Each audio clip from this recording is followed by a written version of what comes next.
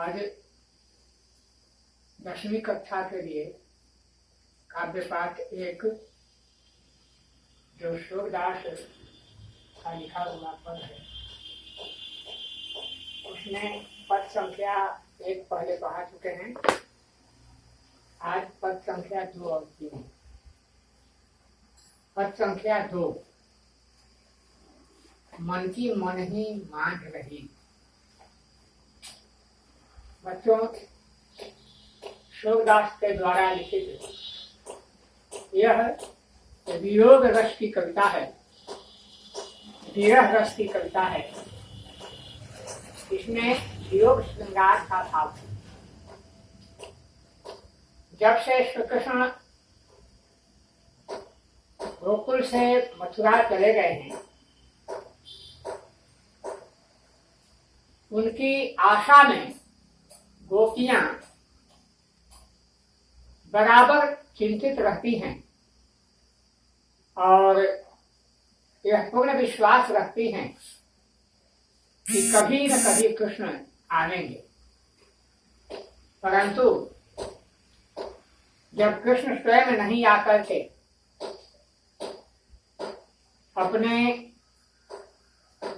दूत के रूप में श्री उद्धव जी को भेजा और उद्धव जी ने प्रेम की जगह योग का संदेश सुनाना प्रारंभ किया, तो गोपियां उन पर व्यंग कसते हुए अपनी व्यथा कहने लगी। उसी व्यथा का वर्णन इन पदों में दिया गया है। उद्धव बराबर योग की बात कहते, क्योंकि प्रेम की भावना से वे अनभिज्ञ थे। उनका यह सोच चिंतन था कि ज्ञान के को आधार मानकर ही, ज्ञान के द्वारा ही ईश्वर की प्राप्ति हो सकती है। प्रेम और भक्ति उनके चिंतन में निरर्थक वस्तु थी। परंतु गोपियां तो प्रेम में और भक्ति में इतनी लिप्त हो चुकी थी कि श्री कृष्ण मय हो गई थी। और जब गोपियों ने उद्धव का संदेश सुना, तो दूसरे पद में उद्धव से कह रही हैं कि मन की मन ही मांझ रही। हम लोगों के मन में जो यह आशा थी कि श्री कृष्ण आएंगे, श्री कृष्ण के विरह में हम कैसे अपने मन को मथ रही हैं, मांझ रही हैं, यह केवल हम ही जानते हैं उद्धव, इसका ज्ञान आपको नहीं है। मन की मन ही मांझ रही, कहिए जाई कौन पै उद्धव, नाही परत कही। अब इस भाव को, हे उद्धव, आपसे क्या कहूं, क्योंकि आपने तो प्रेम की परिभाषा ही नहीं समझी, नहीं जानी। और प्रेम एक ऐसा गुण है कि इस गुण से जिसका मन अभिभूत हो जाता है, उसे दुनिया की कोई भी वस्तु उससे हटा नहीं सकती और न उसे अच्छी लगती है। श्री कृष्ण के प्रेम में हम लोग बिल्कुल पड़ गए।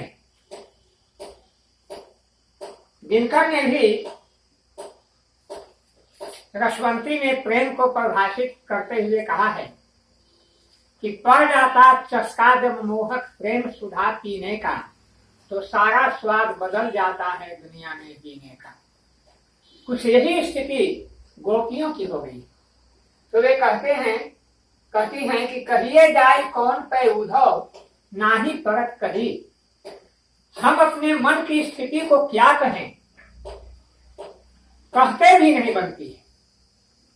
किसी दुखियारी से यदि उसका दुख पूछा जाए, तो वह अपने दुख में इतना निमग्न होती है कि उसका वर्णन भी नहीं कर सकती। और जो गोपियां पूर्ण ब्रह्म के प्रेम से अभिभूत हो, उनकी व्यथा का क्या कहना। कहिए जाई कौन पै उद्धव नाही परत कही। कुछ कह नहीं पा रही हूं, हे उद्धव आपसे क्या कहूं। अवधि आधार आस आमन की तन मन बिता कही। अब तक मन में यह आशा थी कि यह अवधि, यह समय किसी न किसी दिन समाप्त होगा और श्री कृष्ण का पुनरागमन होगा और हम उनके दर्शन कर पाएंगे।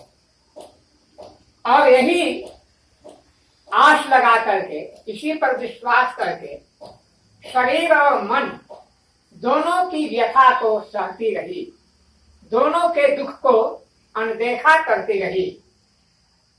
अब इन जोग संदेशन सुनी सुनी विरहीन विरह रही। लेकिन हे उद्धव, आपने तो जोग का जो संदेश दिया, यह जोग की भाषा तो हम जानती ही नहीं, और यह सुनकर के तो हमारी विरह व्यथा जो है, विरह का दुख जो है, वह और बढ़ गया है। विरहीन विरह दही, हम तो पहले ही से विरहीन थे, श्री कृष्ण के प्रेम में तड़प रही थी। लेकिन आपका संदेश सुनकर के, यह जोग संदेश सुनकर के विरह दही, उसे विरह की अग्नि और तीव्र हो उठी है और उससे हमारा हृदय बिल्कुल दर्द हो रहा है।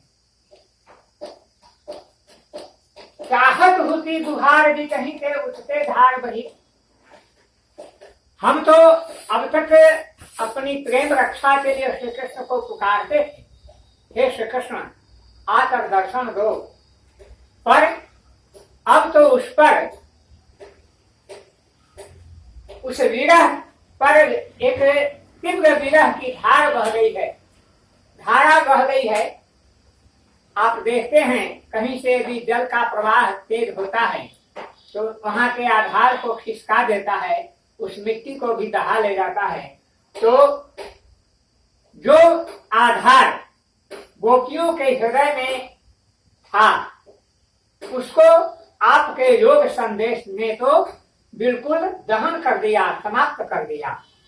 अब इन योग संदेशन सुनी सुनी विरहीन विरह दही, चाहत होती गुहार भी है जी कहीं के उठते धार बही। अब तो जो उनसे रक्षा की के लिए पुकार जो करती थी, उस पर भी आपने पानी फेर दिया, क्योंकि आपने कहा श्री कृष्ण मथुरा नहीं आएंगे। सूरदास अब हीर धर ही क्यों मर्दा दाना नहीं।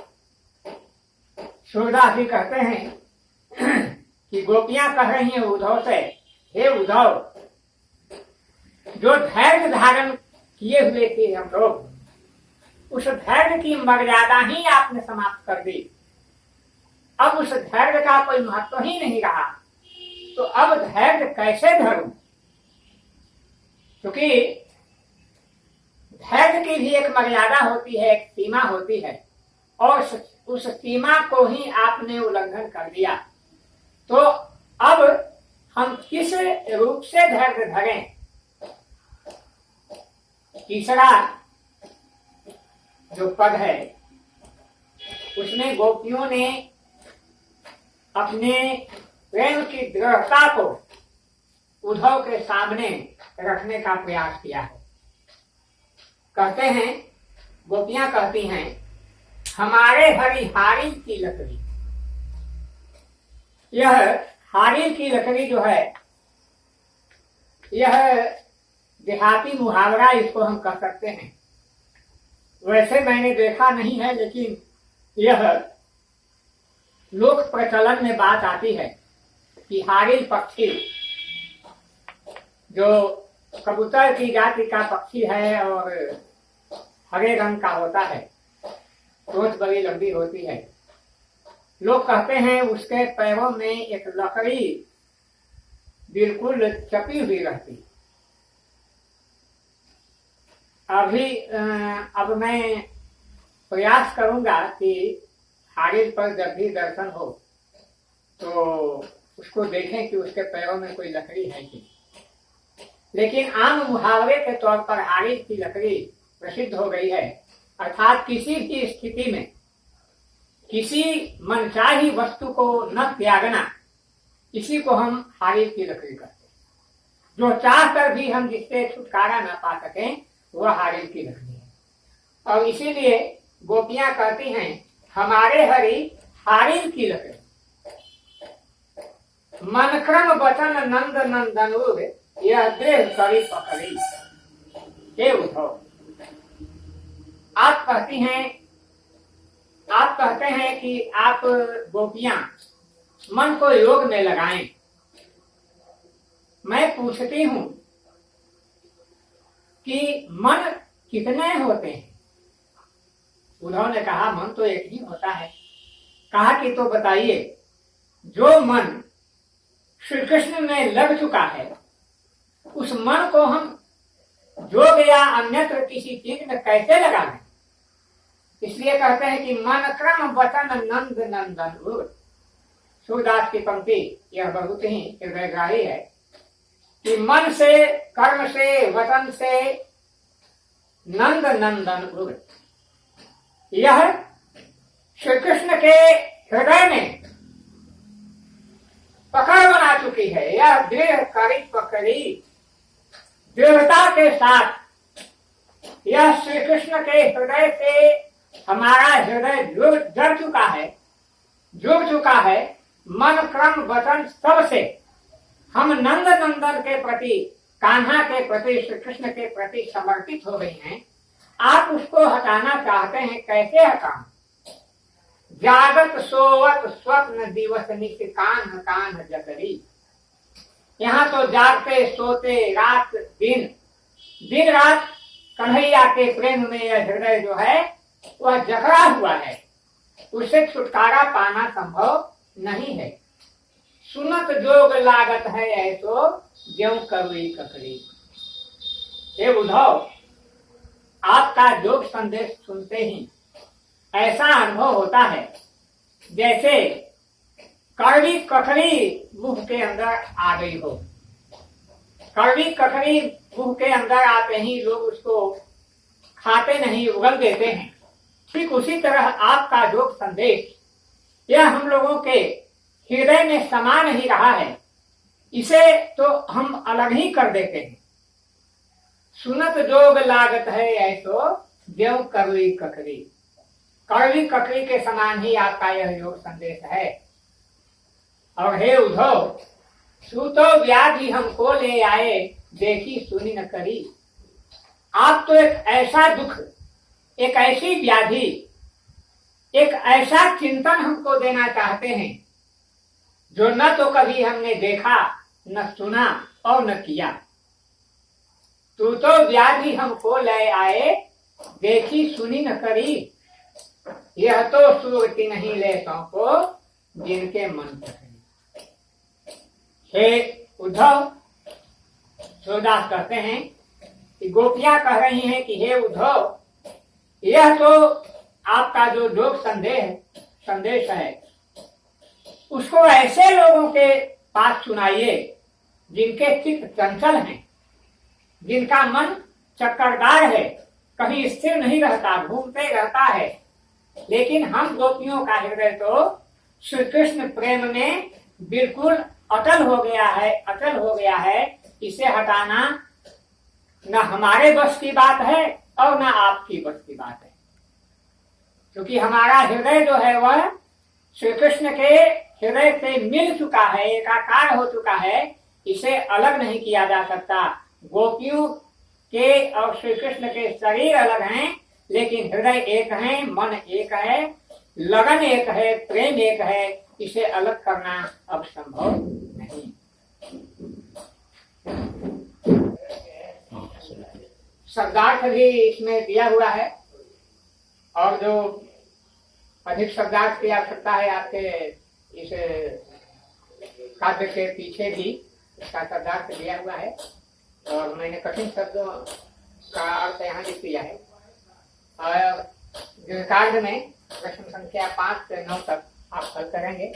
इसमें एक पद और रह गया है पढ़ाने के लिए, अगले दिन उसको समाप्त कर देंगे। जय हिंद।